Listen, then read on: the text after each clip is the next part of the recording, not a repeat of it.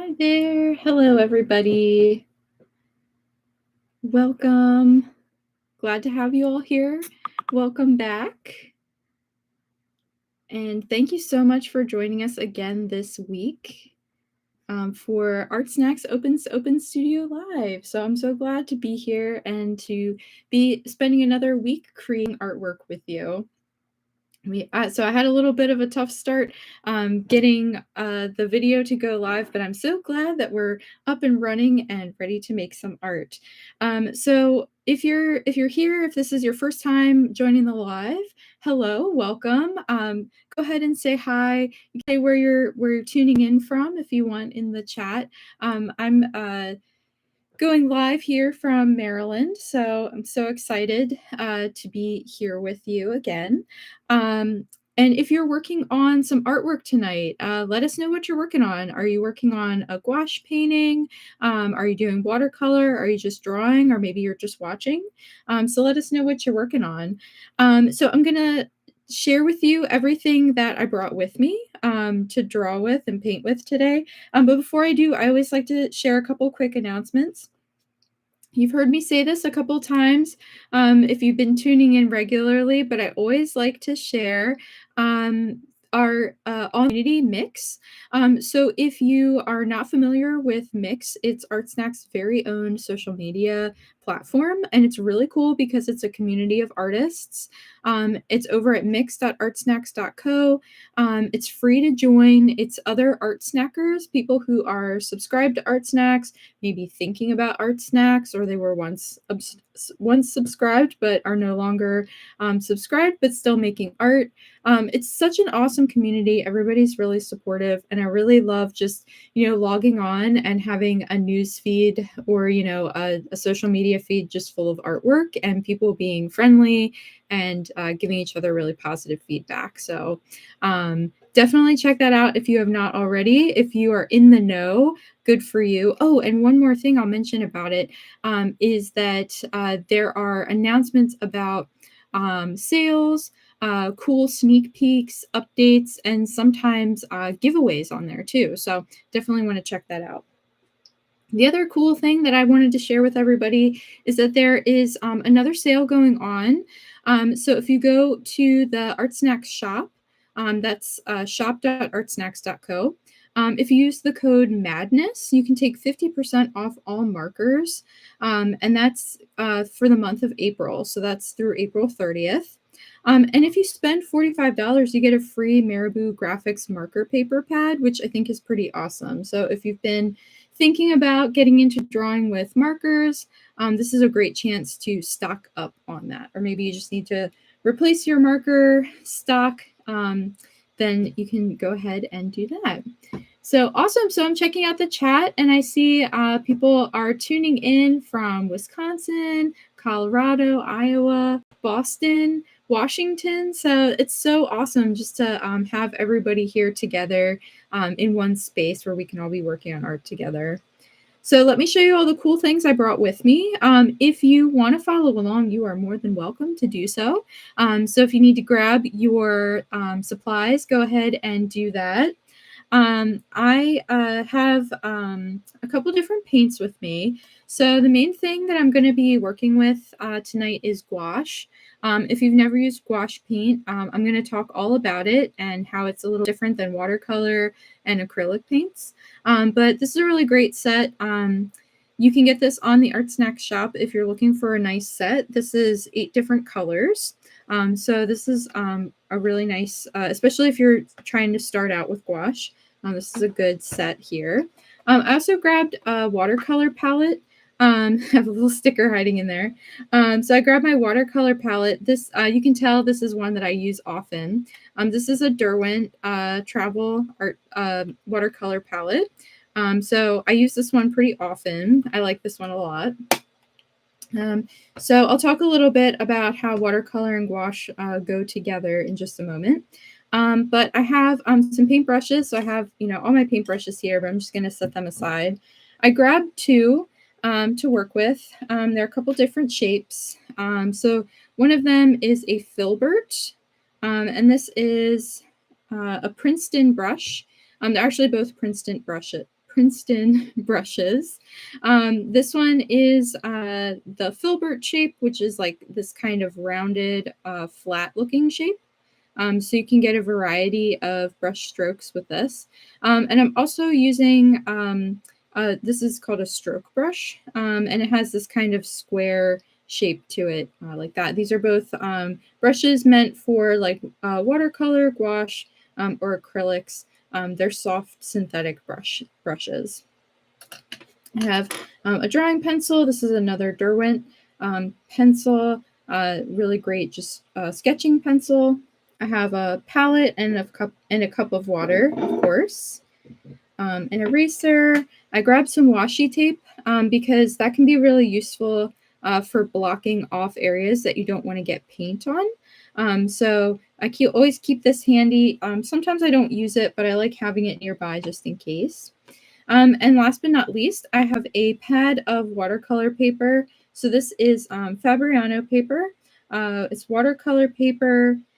This is cold press, so it has a bit of a texture to it. So I don't know if the camera will pick it up, but you can see the sort of like bumpy texture that's pretty typical of watercolor paper. So this will have a bit of a surface to it, but I like this Fabriano paper because it's not too rough. So I feel like if I want to go back in with maybe pencil or colored pencil later, it won't be too difficult to draw over top of. So I'm going to talk a little bit about gouache paint, and I'm going to get myself set up while I talk about that. So if you're brand new to gouache, it is a pretty interesting medium. I was learning all about it recently, and I thought it was pretty cool to learn about just how people have used gouache in the past. It wasn't really considered like a fine art medium for a good while. People typically used it for commercial work. And for sketching, so like preliminary draft work before they went on to do a larger version of the painting, probably in oil paint or something like that. But gouache paint is pretty cool. It generally comes in a tube. I'm not familiar with gouache paint pans, although, you never know. There's all kinds of cool art supplies out there. But I'm most familiar with the kind that comes in a tube. It comes out as like a wet paint, so different than how I have the watercolor pans in here that can dry out and then just be reactivated with water. Gouache can also be reactivated with water, which is both a challenge and a benefit of working with this type of paint. But typically when you get it out of the tube, you want it to be nice and wet from the tube. So I'm just going to pick a couple of colors. I think I'm going to paint a springy type of scene. So I kind of was trying to think of what I wanted to paint today. And yesterday I went for, or not yesterday, Tuesday, I went for a really nice walk. And I got to see lots of really pretty dandelions and wildflowers on my walk, so I was inspired to paint some of those. So another thing to keep in mind with gouache is that you don't want it to be too watery. It has kind of a really particular consistency when you're working with it. So I'll talk a little bit about that, but it's one of those types of media that you don't want it to be too wet, but you also don't want it to be too dry. So a good thing to practice if you're new to using gouache is to just practice mixing it up and getting that really good consistency that makes it go on the paper nicely, but isn't too thick that it cracks or flakes off or reactivates too much if you try to layer. So, oh, great. Well, welcome. I see we have friends joining us from all over, and we also have someone joining from Australia. So that's great. Welcome. Oh, okay. So you're a watercolor artist, and you just started using gouache. Fantastic. So I hope that this is helpful for you. There's a lot to know and a lot to learn, but it's really fun to try out and work with. So I hope that if you're trying them out tonight, that you get some good practice. And if you're working on something, let us know what you're working on. That'll be great. Okay, so I'm just going to set my paint tubes aside over here, just so that they're not in my way when I'm trying to paint. So I laid them out here on my palette, and I'm going to just show you a little bit about mixing a good consistency for the paint so that it lays on the paper properly. So you want to get a little bit of water on your brush, and then I kind of gradually add a little. So I don't put my brush right into the paint, but I will kind of let some paint come off of my brush a little bit, and then start to mix the paint with the water that way. So kind of what you're looking for, and this is something that stuck with me from when I was in art school, is that you want it to be kind of like almost like a pudding, but not like a really thick pudding, like kind of a watered down pudding. And you're also looking for the drip of the, I'm trying to get it so you can see up close, but you want the paint to drip off of the brush very, very slowly. So this is a good drip. It's taking forever to fall off the brush, but it's dripping very, very slowly off the brush. So this is kind of the right consistency that you want. Another thing that you're looking for is you don't want, when you're running your brush through the paint, you don't want it to leave a really like a wake behind it, meaning you don't want to see the palette through the bottom of the paint. So this is a really good consistency, and it just takes practice to get to that state. And you try out different amounts of water. I'm going to do a little swatch section over in the corner here, and then I'll kind of use the rest of the paper. But you can see it leaves like a really nice brush stroke. And part of the reason you're looking for this consistency is that it absorbs into the paper without soaking into the paper, like if it were too watery. You can build up a nice opaque layer, meaning you can't see the paper through the paint. You can, and also it's not so thick that if you go to add, layers of color afterward, the wet paint or wet brush won't reactivate the paint that's on the paper. It'll still happen to a degree, but the more paint you have on your paper, the more likely it is to reactivate and then blend with your colors or smudge or smear in a way that you didn't want to happen. Paula, yeah, it is like putting in ice cream. Tracy, yeah, melted ice cream consistency. Yes, that is a really good way to describe it, Brie. I like that better than the like watery pudding kind of way that it was described. I think that sounds a lot nicer. Melted ice cream. Yes. So that's a great way to describe the consistency that you're looking for. So you want it to be a little thick, but not too thick.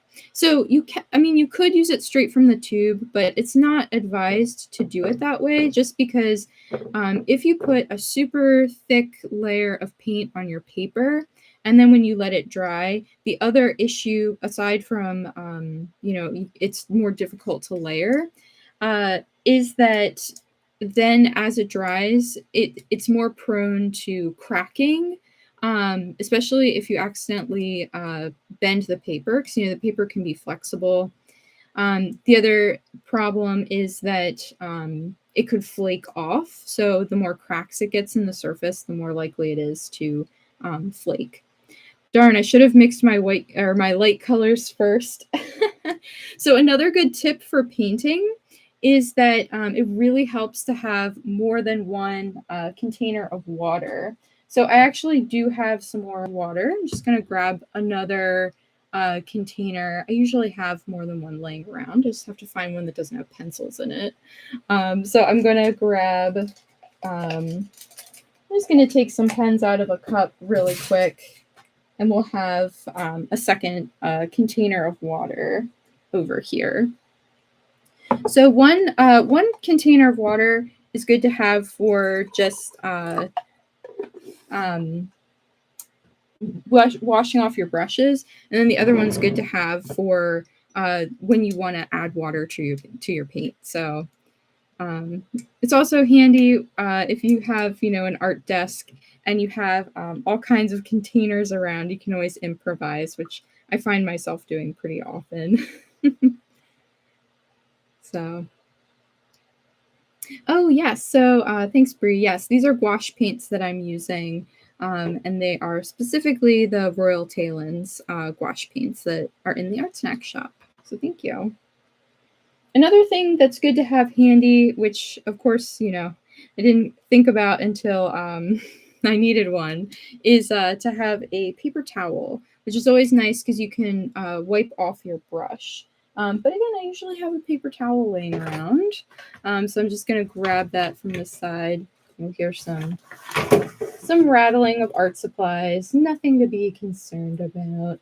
And I'll set that over here. So it helps to be able to just wipe off your brush too. And then that helps keep your paints clean. Like that. So I'll go ahead and mix those up as well. So, oh yeah, so I see we have someone in the chat mentioning using the Talenti gelato containers. Yes, I use those also. I also usually save like salsa containers because they're short and wide. I also will save like small jars and such, and those can be useful too for storing paints in. So if you mix up a color and you want to put it in a little jar that has a lid, you can do that too, and it'll keep for a couple extra days before it dries out.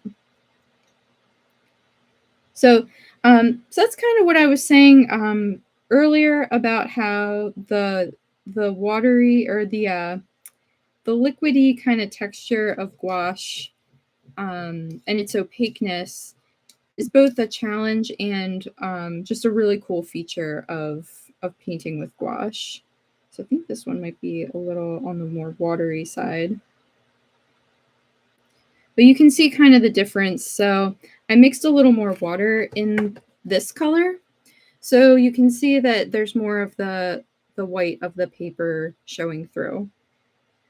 It's not necessarily that consistency is wrong.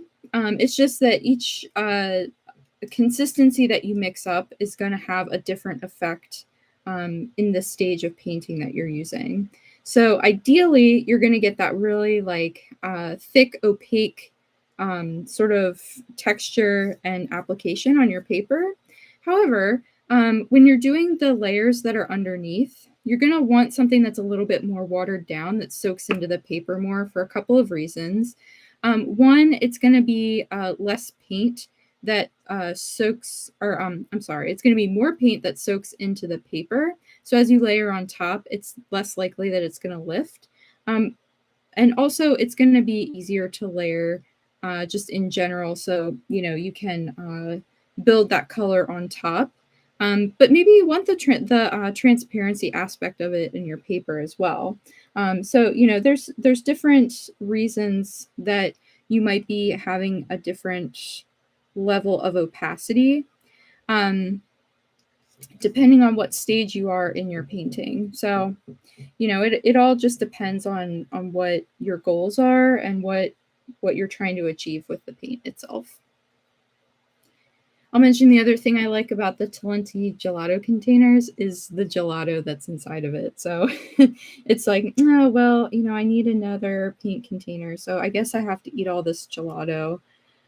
So, you know, it's not the worst thing in the world to have to do. So, you know, that's always fun. So there's another thing that I really like about gouache paint that I'll show you really quickly. So the texture is a little bit on the chalky side. So there's some things about this that are really cool. So it has this kind of flat sheen to it. So it doesn't have any kind of reflective quality. This is really great for if you're taking photographs or scanning your work. You don't have to fight against the shininess of the paint, so it looks really nice and flat. But it has this kind of chalky texture that if you go back on top with a colored pencil, it has a really nice layering effect. And even if you have a dark color, you can go on top of that with a lighter color, and that will show up really nicely, and you can draw on top and you can add texture and outlines. If you're somebody who likes to add little details into your work that you don't want to paint, you could always do it with colored pencil too. So it's pretty awesome that you can layer that way as well. It also works with graphite. So you can draw on top of the paint, the dried paint, with graphite as well. And graphite has that kind of shiny quality to it too, which is nice. You can use pen and ink. I would recommend using, like, if you have a dip pen, to dip into a bottle of ink and draw on top of it that way, because I've found that when I try to use like technical pens or drawing pens, sometimes the paint kind of builds up in the nib, and it starts to get a little bit difficult to draw with. So if you have a dip pen, it's a little easier to clean your pen. It's less likely to dry out. So that's just some advice, but I think it's worth trying out all kinds of different techniques to see what works best for you and what you end up liking to work with. So hopefully I have enough room to mix all my colors. I'm thinking about investing in a bigger palette for that reason, because I like to be able to mix my colors on my palette first. And I'm going to mix up a green color that has a little bit more yellow in it. So you can mix your gouache paints a couple ways. If you like to mix your colors on the palette first, just to make sure you're getting the color that you like, you can definitely do it that way.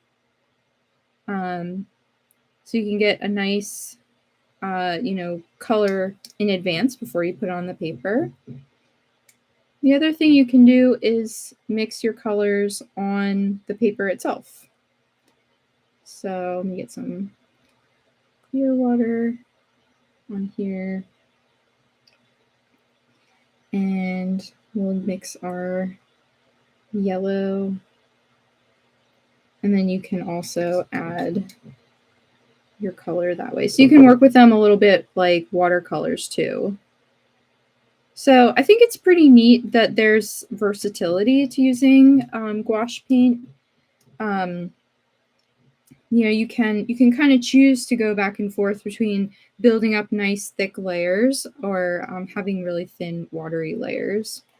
And I grabbed my watercolor palette just so that I could also add a swatch of watercolor, and then we can add layers of gouache on top, but yeah, we have to wait until it's a little more dry. So you'll see also just looking at even with the gouache being watered down versus adding watercolor on the paper, you're still going to get that kind of like chalky, opaque kind of quality to the finish. You won't see as much of the paper through the paint layer as you will with watercolor. There are some artists who will do a very light wash of watercolor on their paper first. So I think I am going to do that for our little illustration part. So I have a nice basis down first. And again, that's so that it's a little easier to build up your layers and your colors without the risk of reactivating your paints as you layer. So it can be nice to start with a base of watercolor and then build up your shapes and colors and such on top of that. Oh, nice. Nickel is working on caricature drawing. That's really cool. Caricature drawing is fun. So that's fantastic. If anybody's working on something and you want to share your work on Mix or Instagram, please do. And you can tag ArtSnacks. You can either tag, ArtSnacks, just at ArtSnacks, or you can use the hashtag at ArtSnacks Open Studio. So I'd love to see what everybody's working on. Oh, hey, there's Rodney. We've got April, Terry. Welcome. So Paula, you were trying to use, you were trying to layer white gel pen on top of gouache. Is that what was happening? Yeah, I think it's just the same kind of problem that I was running into with trying to use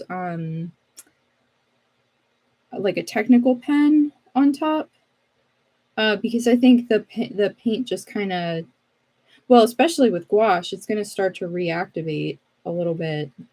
And then that's going to, I think, kind of get stuck in especially if you're using something with a roller ball kind of nib, I think that's going to start to kind of get stuck in there. So that happens sometimes. I should have used a bigger brush. I'm not even covering that much surface area. I feel like it's taking me forever. But I kind of want this sort of grassy texture, so that's part of the reason why. I don't want it to be super flat and even. I want it to look a little bit like blades of grass or sections of grass. Oh, good idea. So Paula mentioned trying a white pencil. So that's a good idea, especially if you're trying to go in and add those little highlights after. The other thing you could do is there's also white gouache. So you could use just a little bit of the white gouache. You could get a really tiny little brush, or even sometimes I'll use the end of a brush. So if you're trying to add in little highlights, you could always kind of dip your brush in and add just some little spots like that or something. That could work well. Oh, Tracy mentioned using pastel pencils. That's a really good suggestion because those are kind of chalky too, and they'll work really nicely on top of the gouache.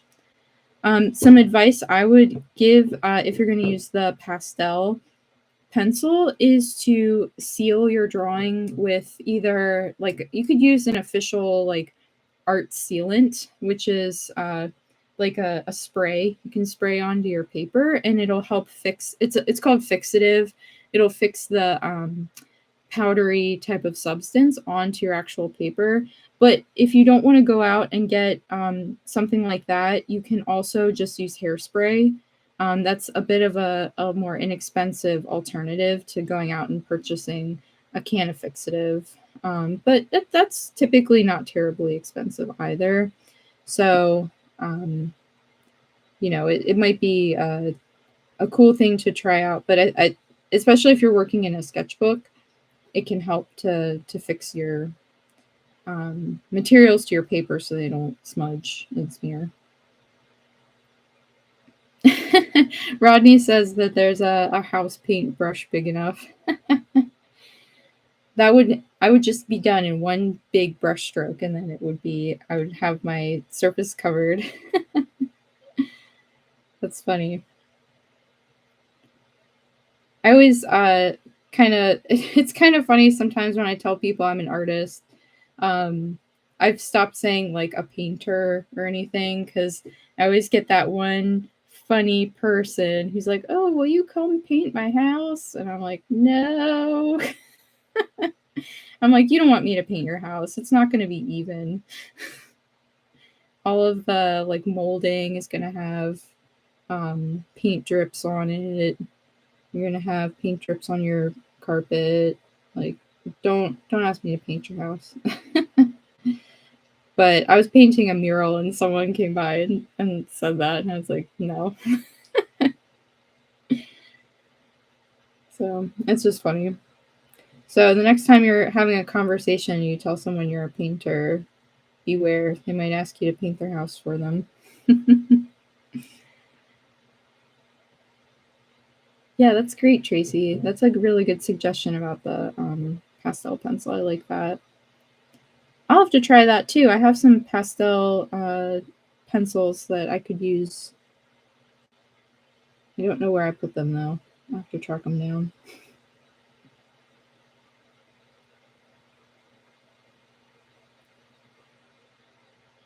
Oh, that happened to you, Rodney? You had somebody ask you to work as like a commercial painter.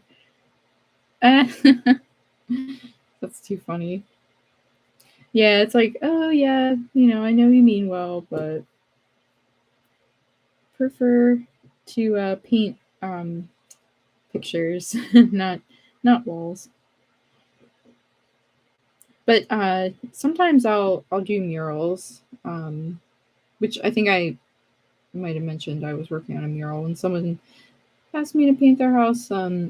And so that can be fun too. So, I'll paint your walls, but I'll paint like a scene on it.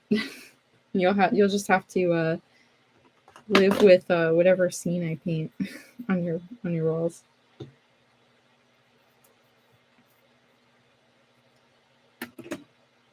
So I kind of like these these square brushes for just adding strokes of paint down. I've seen some really cool and interesting things that people have done. It's almost like pixely looking with like square blocks of paint. I've always really liked that painting style. It's not really my style, so I'd have to practice it, but I still think it's pretty cool. The cool thing also with gouache paint is so you can blend, and I can show you some ways to blend also, but it's kind of nice to be able to add thick layers of color without all the colors blending together. Sometimes you want them to be separate and you want it to kind of stand out, and you can get really nice flat sections of color, which is nice too. That's why a lot of commercial artists, like artists who painted advertisements, that kind of thing, they used gouache paints because they could get that really flat look to it without a lot of like washy looks, or it didn't look like paint. It just looked like a print. And that was before they had computer generated art, so people couldn't go in and make something in Photoshop. So it was harder to get that kind of look, and so gouache was really great for that. So I'm going to let this dry a little bit because as I started adding some of my layers of color, it was picking up that layer underneath, and I want it to be solid yellow. So I'm going to let it dry a little bit, and while that's drying, I'll show you some ways that you can kind of soften and blend out your color. So I'm going to grab some yellow. So one way that you can do this is if you put down your flat color right next to each other. I'm going to use some of this brown before it dries out. And then I'm going to let those dry, and I'll move on to another one. I'll come back to this, but you can use the fact that gouache reactivates with water to your advantage to blend it out. So we'll come back to that in just a moment. I see a couple more questions. Oh, thanks. Yeah, I like this shade of green. I like a yellowy green. I think it's pretty. And Rodney asked me if I have painted the Baltimore Inner Harbor. I have not, although I've visited many times. And I'm sure that probably, so I went to art school in Baltimore City, and probably other painting classes went downtown because it was very close by. It was like maybe a 15-minute train ride to the Inner Harbor. But I haven't painted it, so I'll have to do that sometime. It's pretty cool. It's a pretty famous attraction in my city, and it's really great. It's like all well, Maryland's on the water anyway, but this is by the harbor, and there's boats. We have a really, really cool thing in Baltimore called Mr. Trash Wheel, and it's like a boat with a big paddle that goes through the water, and as it turns, it picks up any like pollutants in the water and cleans up the harbor really nicely. It's really cute because it has big giant googly eyes. So its name is Mr. Trash Wheel. There's also Mrs. Trash Wheel, so it's pretty cool. So if you've never heard of it, you should look it up. It's a pretty awesome thing. So maybe one day I'll paint Mr. Trash Wheel when I'm downtown in the harbor. Okay, so these feel pretty dry. So the trick with blending these two colors together is you don't want them to be super dry, just like mostly dry. And then you take a clean brush and you dip in some clean water. Don't let it be too wet. So you might even like dry it off just a little bit. You just want it to be damp. And then you kind of brush back and forth between the colors. And you might need to wipe off excess paint, especially if you're blending dark into light. And be careful not to lift too much paint off. But you can start to soften that edge in between the two colors. So I'll hold it up a little closer. So you start to soften up that edge and you start to get a really nice smooth blend of color between the two. So that's one technique for getting a soft kind of gradient between the two colors.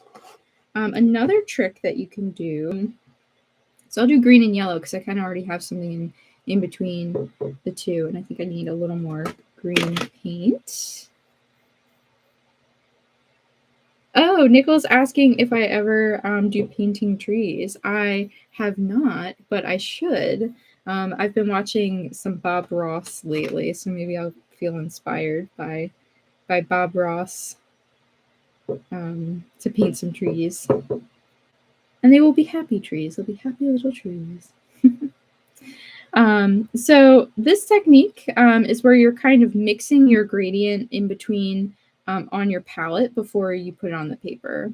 So I'm grabbing some green and I'm going to mix it with some of this yellow ochre.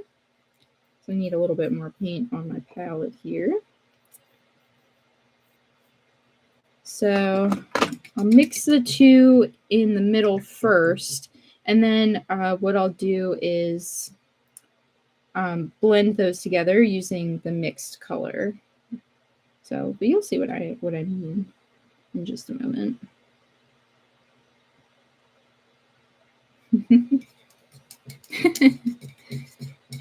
I love reading the conversation among everyone. So fun.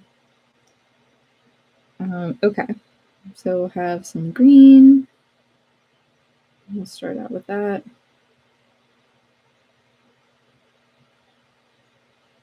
And then I'll pick up some of this middle color and just kind of start to blend that. And you can do the same kind of approach that you did with this technique too, if you want to do bands of color and then start to blend them together. And you can create even more shades in between the two. So I'm just doing 3 for the sake of demonstration, but you could definitely create more of those middle colors. I'm kind of letting them blend on the paper a little, but you could get really detailed with the colors that you mix on there. And I'm kind of going back and forth and just grabbing some more paint and blending them in like that. So you can get kind of a gradient that way too.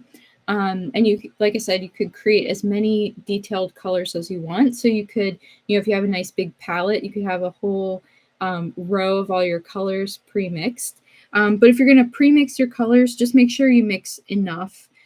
Because as you can see, I mean, even in my middle palette here, it was hard to make sure I had enough. It got watered down really quickly. So you want to try to keep the consistency very close as you're mixing your colors, especially if you're doing a gradient in one area.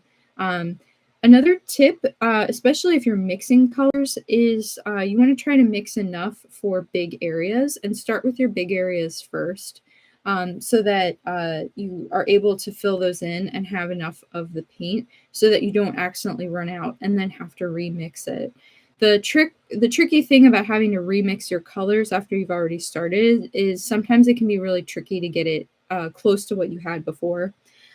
So, it can be helpful to just make sure that you mix enough of your colors in advance, and then you don't have to worry about going in and fixing them up later. All right, so now I'm going to make a little bit of a darker green. Another thing I would suggest with painting with gouache and layering colors is to actually start with your darker color first, because when you go in and add those shadows, you can layer your light colors on top because they're opaque, so that dark color won't show through as much. And you can also do this with watercolor too. So you could add a nice wash of watercolor with your dark values, and then easily build up on top of that as well. So I'm adding in some areas where there would be maybe some shadows underneath, because I'm painting just a little patch of grass with dandelions, but I'm starting out with really broad general shapes first, and then I'll go in and add more details on top. Oh, cool. So there's Sennelier also has a channel on YouTube with painting demos. That's very cool. I think actually I watched a Sennelier gouache painting demo not that long ago. I thought it was really helpful. So yeah, and ArtSnacks has Sennelier paints in the shop. So, and other like different tools. Oh yeah, and very exciting Sennelier oil pastels. At least I think that's what they are, if I go by memory. But definitely check it out. So if you like Sennelier, you should check out what they have in the shop too. So that's awesome. Oh, April's asking about if we're getting the thunderstorm here in Maryland. Yes, we are. I think it actually just passed through, which I think is why I had a little trouble getting started on the live stream earlier, because I think the weather messed with my connection a little bit. Okay, so I need a little more green. Green can be a tricky color. I feel like the green in this set leans a little bit on the cool side, so I'm warming it up with some of the yellow. But you can mix in, more colors to kind of shift in either direction. So if you want to add more blue, you can make it even cooler. You could also mix your own green. You don't always have to use the green straight out of the tube.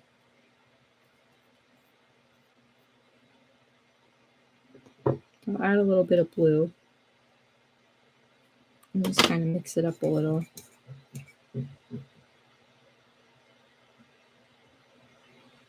And so, I want to like work on this painting just for the live stream today. But if you're working with gouache, I encourage you to, take your time. Don't rush. I feel like I'm rushing a little bit. Don't be afraid to just let your layers dry fully before adding another layer, so that you don't end up having your colors blend too much or lifting up layers underneath. Gouache is an exercise in patience. But the good thing is that it dries pretty quickly. So you don't have to wait too long to move on to the next part, but definitely don't speed paint your way through it. Give it that time to really dry all the way through. And if you're really impatient, you can always go in with a hairdryer. I don't recommend a heat gun because they get a little too hot for your paper. And a hairdryer is more gentle and can still get the job done to dry your paints quickly. So, I wouldn't worry too much about that. So, oh, okay. I see. Looks like Nicole is maybe heading out, so nice to have you with us. Thank you. Oh, Rodney just got an art journal box. Oh my gosh, how cool.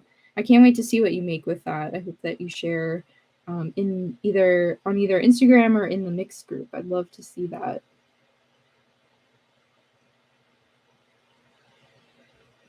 I'm not really thinking too much about, I didn't really go into this with a plan, so I'm just kind of having fun layering colors. But, you know, if you are thinking about doing something, especially something on the like more representational side, I recommend like maybe sketching out or doing a little color study first, just to see how your colors will look together. But I'm just having so much fun putting down layers of color that I kind of am not really overthinking it. It's just fun. Ooh, Sennelier oil bar or paint sticks. I'm a big fan of paint sticks. I don't know if I've tried the Sennelier kind. There's a bunch of different kinds in the ArtSnacks shop. So if you're looking to try out some different kinds, I know there's some in there. I think I've tried Faber-Castell. But yeah, I'm a big fan of the oil bars and paint sticks. They're really fun to work with. I used oil bars when I was in art school, and it was really fun. I think one of the fun things about just playing around with gouache is just making swatches and kind of just playing with layering and testing it out. And you know, just seeing what happens with the paint. Oh, I see a good question here about the art journal boxes. So Art Journal Snacks does include glues and adhesives, which is pretty awesome. And our art snacker, Erin, Dr. Erin, she helps with curating all of the ephemera in the box, and it's way cool. She's so awesome and knows a lot about art therapy and different techniques with art journaling. And if you haven't tuned in yet, there is an ephemera hour, and I think it's still archived on the YouTube channel, so you should check it out. But Sarah and Erin did an ephemera hour, and they were just talking about, you know, like different ways you can do stuff with collages. It's really awesome. So definitely check that out if you haven't yet. It's really cool. And there's also if you subscribe to Art Journal Snacks, I think there's also a group on Mix. There's a group on Mix for our Open Studio Lives as well.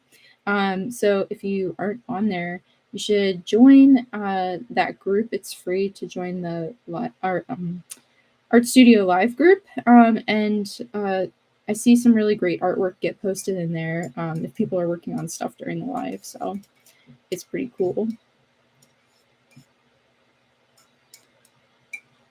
Ooh, cool.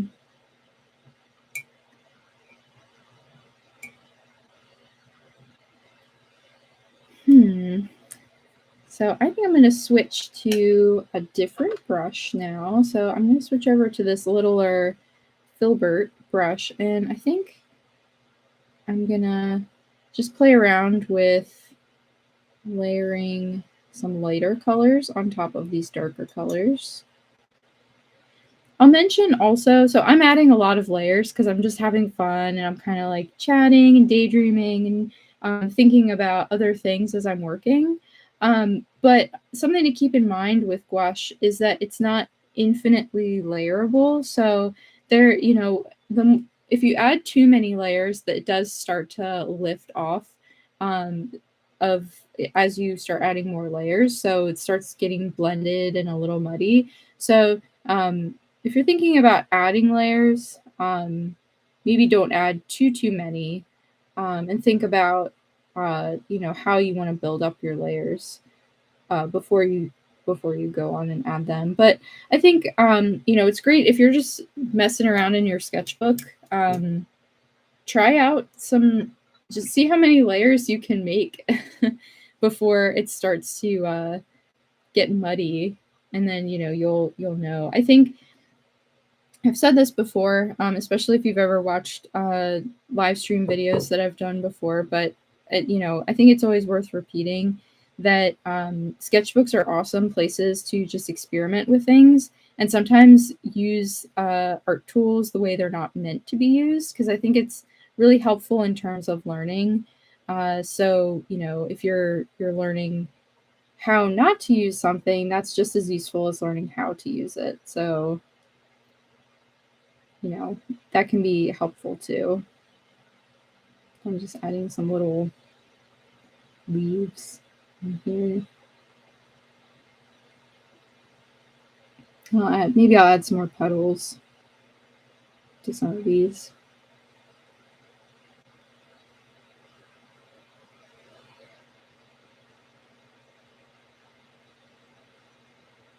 But I think what's cool, and hopefully you can see that sort of emerging in this little sort of doodle abstracted grassy field, is that you can, because the paint's opaque, when you put the lighter layers on top of the darker layers, it shows up really nicely.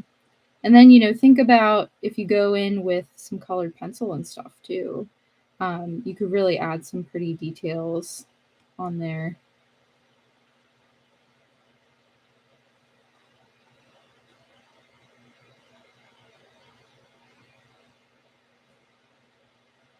I'll just add a couple like leaves and stuff on here. So it's like a little dandelion field. And I think I need a little more fluff on my dandelions. Dandelions are quite fluffy. We have all our dandelions are starting to pop up where I live. But I like dandelions. I've always thought they were really nice. And they're good for the bees and butterflies when they're looking for food, especially early in the spring when there's not a lot out. But I feel like there's a lot of flowers out now. I've been sneezing like crazy because of all the pollen. But I'm just happy spring is here, so I'm not going to complain about it too much. Although it is a little on the muggy side here. So I live in a very humid place. So we got maybe one nice day. That's kind of it. All right, so I'm going to wrap up my dandelions here. Oh, and actually, there's one more thing I want to mention about gouache that's kind of a quirk that, if you know that it's going to happen, then you can work with it. But it does dry a slightly different color than it goes on when you first apply it. So your darks are going to dry lighter and your lights are going to dry darker. So that's another little kind of frustrating quirk to working with gouache. But again, if you kind of know how to work that, then you'll know, how to adjust for that. So again, it's like really good just to kind of practice and play around in your sketchbook or just on some scrap paper. And like I really love to go in with like a unexpected color. So now I'm adding some little like grass and like lines and stuff with some red.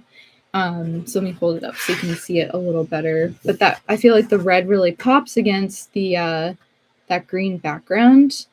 And you could add even like an even lighter red or like a pink or something cool like that. And that'll really pop. But make sure it's dried all the way. I'm trying to do it while it's still a little tacky. So you gotta let it really dry all the way. But then you could go in and add some like details and some cool things like that. So even though this I didn't really like plan what I was doing, I was just kind of having fun and doodling sort of with paint. I'm actually really happy with how this came out. I like how it's sort of abstracted a little bit. So I think it's really fun. But yeah, so this was really fun to work on with everybody. And I hope that you learned some cool things about gouache. And if you haven't tried it before, maybe you feel empowered to give it a try. And if you had a chance to try them out and test them and see how you like working with them. So as a reminder, in case you missed it earlier, if you made something today, please post it on Mix. So that's over at mix.artsnacks.co. Again, there is an ArtSnacks Open Studio Live community on there. There's a group. So go ahead and check that out. We also post all links to the replays on there. So definitely head over there and just say hi. And if you are thinking about stocking up on some new tools from the ArtSnacks Shop, go to shop.artsnacks.co. And if you're feeling excited about Marker Madness, when you check out, use the code MADNESS and you'll take 50% off all markers in the shop. And I know there are a lot of really great markers in the shop. Particularly, I like the Copic Chows. They're like sketching markers. They're really nice. And you have that through the month of April. So that's good through April 30th. And if you spend $45, you get a free Marabou Graphics marker paper pad. So that's pretty awesome. So thank you guys so much. I had a really great time. This was a great way to kind of wind down the week. And I'm just excited to see what you guys made and to see you all again next week. So thanks everybody and have a great rest of your week and weekend. Bye.